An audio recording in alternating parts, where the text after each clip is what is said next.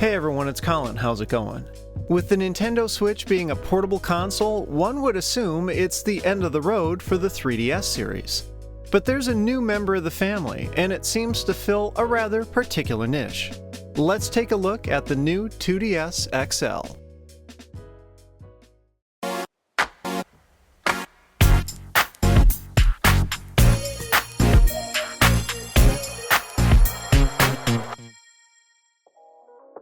On the outside, the new 2DS seems really familiar in a few ways. It's a similar size to the 3DS XL, with about the same thickness and length, though it's a little narrower. It has all the same exterior buttons and controls you'd expect. 4 shoulder buttons, a volume slider on the left side, and the power button on the front.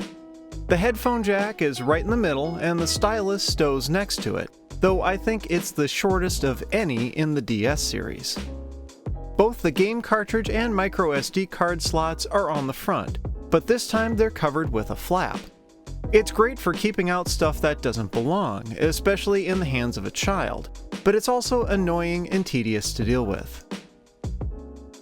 Another design change is that the new 2DS still carries stereo cameras like the other models, but they're on the bottom instead of the back of the screen.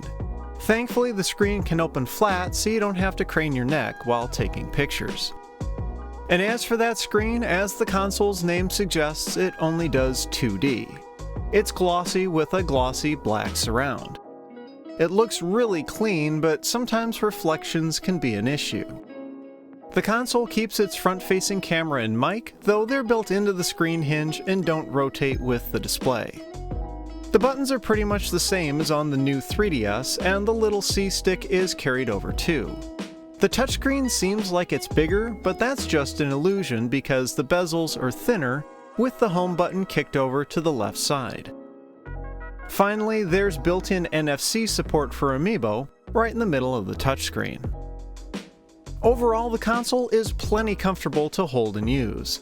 The bottom panel is all one unit with no rough seams or panel gaps, and with its rounded corners, it's very smooth. The controls feel solid, and the shoulder buttons got a little bigger to make them easier to use. But there are a couple of drawbacks.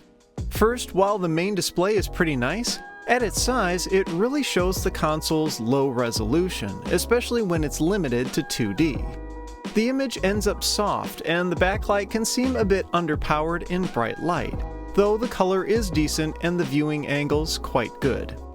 Second, the stereo speakers ended up on the front, which helps give a clean appearance, but it does mean that they fire into your palms when you're playing, so the sound gets a bit muffled.